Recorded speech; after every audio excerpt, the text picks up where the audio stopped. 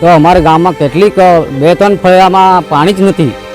એટલે એક માણસ ઢોરમાં જાય, એક માણસ કૂવા પર સવારથી સાંજ લગન બેસી રહે, તો પાણી એક પેલું ડેગડી જેવું આટલું ભરે પીવા માટે બપોર લગન, પછી બીજે દિવસ પાછું ભરવાનું, તો પછી બીજા વાળા પછી એક માણસને બીજે એક માણસને ભરવા આપવાનું। એ રીતે પછી અમારું પૂરું કરે એમ રસોઈ માટે। પછી બપોરથી આવવાનું, પાછું પાણી શેકાય નહીં તે પાછું જોઈ, પછી બીજે દિવસ પાછું પાણી નહીં હોય તો પછી કપડાં ધોવા ખાડી જાય, પછી ખનકાઈ જાય।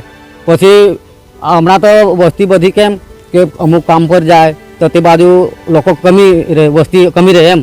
તો અમારે છે ને આ પેલું ડબલું 5 લીટરનું જે છે ને એ દોરીથી બાંધીને પછી એનાથી ભરે, અને પછી હા કૂવા પણ ઉતરીને પછી વાડકીથી ભરવા પડે। કેટલા કલાક લાગે પાણી? અમુક છે ને રાતના જરાક જલ્દી જેવું પેલું સંગ્રહ થાય, દિવસના તો પછી 1 કલાક બી થાય, અડધો કલાક બી થાય, એવી રીતનું પાણી ભરતા છે। અસ્ટોલ યોજના છે તેનું પાણી આવે છે? અસ્ટોલ યોજના છે ને સાહેબ, અમારે હું અહીંયા ટાંકી જે બાંધી ને તો ખાલી 3 દિવસ પાણી અમારે ઘર પહોંચ્યું, અને પછી ઘર વેરા તો અમારે પછી તે ભરવાનું જ, કેમ કે પાણી એ લોકો સરકારનું તો માગણી શું કે એક વખત પાણીનું પણ પુરવઠા કરે કે એ તો પાણી જતું હોય, પણ જે ચકાસણી માટે રાખેલું પાણી મૂકવા એ તો પછી જોઈ નહીં કે પછી કંઈ નહીં, એક દિવસ કરીને ગયા પછી તે તો પછી કે થઈ ગયું એવું જ માને। તો પછી પાણી આ 3 ફળિયામાં તો અમારે પાણી જ નહીં આવે ને, પાઇપ બધા તૂટેલા કે કાંકરા ભરી ગયેલા, તે પછી પાણી કોઈ પાઇપલાઇન કોઈ જોઈ જ નહીં। શું માંગ છે અમારે સાહેબ છે ને અમારે હું કે પાણીની ચકાસણી કરીને પાઇપલાઇન જે હોય તેનું પણ પાણીની સુવિધા જોઈએ, કેમ કે નહીં તો પછી લાઈન પાઇપલાઇન બીજા નાખવા પડે।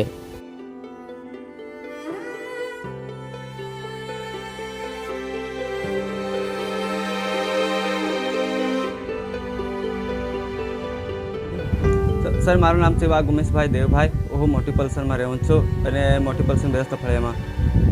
તમારે ત્યાં પાણીની શું સમસ્યા છે ને કેવી રીતે પાણી મેળવો છો? સર, અહીંયા પાણીની સમસ્યા એટલી ગંભીર છે કે પાણી ભરવા માટે કૂવામાં 45 કૂવામાં ઊંડું ઉતરવું પડે, અને પછી ત્યાંથી નીચે ઉતરીને પાણી ભરવું પડે। સર, સવારે આમ તો 6 વાગે આવે તો 1-2 કલાક પાણી ભરવા માટે લાગી જાય છે, પાણી ભરવા સારું। જીવને કેવી રીતે જોખમ? સર, જીવને એટલું જોખમ છે કે ઉપરથી કોઈ જોઈએ તો પછી આમ કૂવો જો કાચો હોય તો પછી ઉપરથી પથ્થરો પડવાની, અને પછી ત્યાં નીચે દોરડો હોય તો દોરડા હાથ લપસી જાય તો નીચે પડવાની બહુ સંભાવના છે, એટલે બહુ જોખમનું કામ છે। અસ્ટોલ જૂથનું પાણી કેવી રીતે આવે છે? અસ્ટોલ જૂથનું પાણી સર અહીંયા મોટા ભાગે પેલી પાઇપલાઇન કરેલી છે, પણ પાઇપલાઇન દ્વારા પાણી હજુ સુધી આવ્યું નથી। શું માંગ છે તમારી? સર, મારી માંગ એટલી છે કે પાણી આ પાઇપલાઇન દ્વારા નહીં મળે તો કંઈ નહીં, પણ આ કૂવા ન તો બોર દ્વારા પાણી અમને પૂરું પાડે એવી માંગ છે અમને।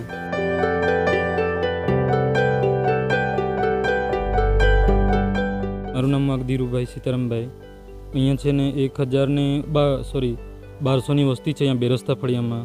તો અહીંયા છે ને વર્ષોથી અમે રજૂઆત કરીએ છતાં પણ અહીંયા અસ્ટોલ જૂથનું પાણી પણ આવતું નથી, અને આવતો હોય તો મહિનામાં 1 વાર થોડું ખાડી જરા, અને પછી આ લોકો છે ને આખી રાત બી અહીંયા રહે, અને ઝરણાનું પાણી છે કૂવામાં ઉતરીને ભરે।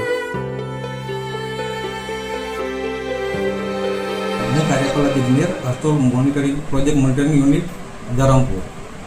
મોટી પલસન ગામે કુલ 13 ટાંકા બનાવવામાં આવેલ છે, જેમાં અસ્ટોલ યોજનાનું પાણી નિયમિત આપવામાં આવે છે।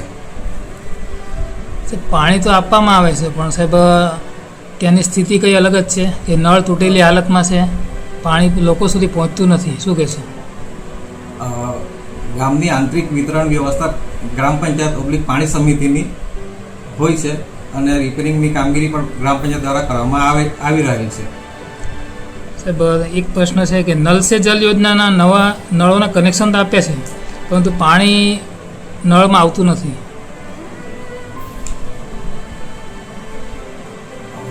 એક ગ્રામ પંચાયત પાણી સમિતિ દ્વારા આ નળ સે જલ યોજના અંતર્ગત નળ રિપેરિંગની કામગીરી અને પાઇપલાઇન રિપેરિંગની કામગીરી કરવામાં આવે છે।